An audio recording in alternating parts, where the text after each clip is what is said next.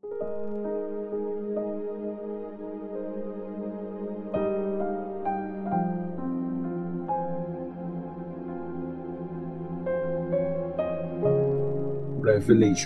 chapter 16. Ang mga mangkok ng galit ng Diyos. Pagkatapos, may narinig akong malakas na boses galing sa temple. Sinabi nito sa 7 angels, "Sige, ibuhos nyo na sa lupa ang laman ng 7 mangkok na matinding galit ng Diyos." Kaya umalis yung unang angel at binuhos yung laman ng mangkok niya sa lupa. Nagkaroon ng nakakadiri at grabing mga sugat yung mga taong may marka ng halimaw at yung mga sumamba sa ribulto niya. Binuhos ng pangalawang angel yung laman ng mangkok niya sa dagat. Naging parang dugo ng patay na tao yung tubig sa dagat at namatay lahat ng may buhay na nandun. Yung pangatlong angel naman ang nagbuhos ng laman ng mangkok niya sa mga ilog at sa mga bukal. At naging dugo rin ang mga yun. Narinig kong sinabi ng angel na in charge sa tubig, "Matuwid ang paghuhusga mo. Ikaw ang nag-iisang banal. Ikaw noon at ikaw pa rin ngayon. Pinadanak nila ang dugo ng mga pinili ng Diyos at ng mga prophets. Kaya dugo din ang pinainom mo sa kanila. Dapat lang yan sa kanila." At narinig ko ang boses galing sa altar na nagsasabi, "Panginoong Diyos na makapangyarihan sa lahat, tama at makatarungan ang pagja-judge mo." Tapos, binuhos ng pang-4 na angel yung laman ng mangkok niya sa araw at pinayagan ito na pasuin ang mga tao.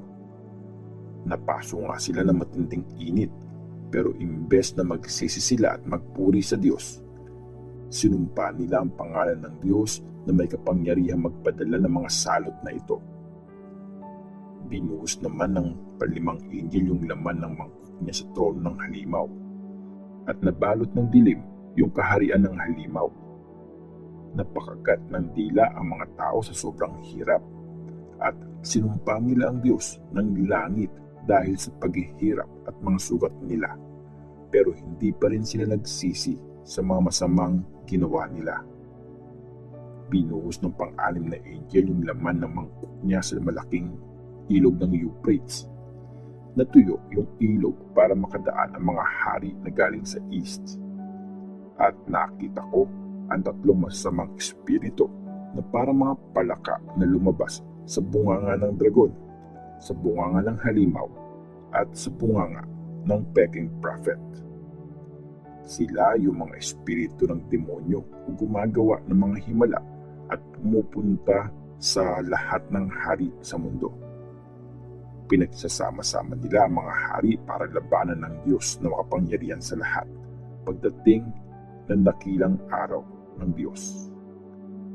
Makinig kayo. Darating ako na para magnanakaw. Blessed ang gising at nakabihis para ready siya at makitang hubad na naglalakad at hindi siya mapahiya sa harap ng mga tao. Tapos, dinala ng mga espiritu ang mga hari sa lugar na tinatawag sa Hebrew na Armageddon. Binuhos nung 7 angel ang laman ng mangkok niya sa hangin at may nagsalita ng malakas galing sa trono sa temple. Ang sabi, "Tapos na." At may mga kulog, tagundong, kidlat at napakalakas na lindol na never pang nangyari simula pa nung ginawa ang tao sa lupa. Yun ang pinakamalakas na lindol sa lahat. Nahapis 3 ang malaking city at nawasak ang mga city ng iba't ibang bansa. Naalala ng Diyos ang makapangyarihang Babylon, kaya pinainom niya yon sa baso na puno ng matinding galit niya. Tapos, nawala ang bawat island, pati ang lahat ng mga bundok. Nabagsakan galing sa langit ang mga malalaking batong yelo. 50 kilos ang bigat ng bawat isa nun. Bumagsak yun sa mga tao hanggang sasumpain nila ang Diyos dahil sa salot na yelo. Sobrang nakakatakot ang salot na yun.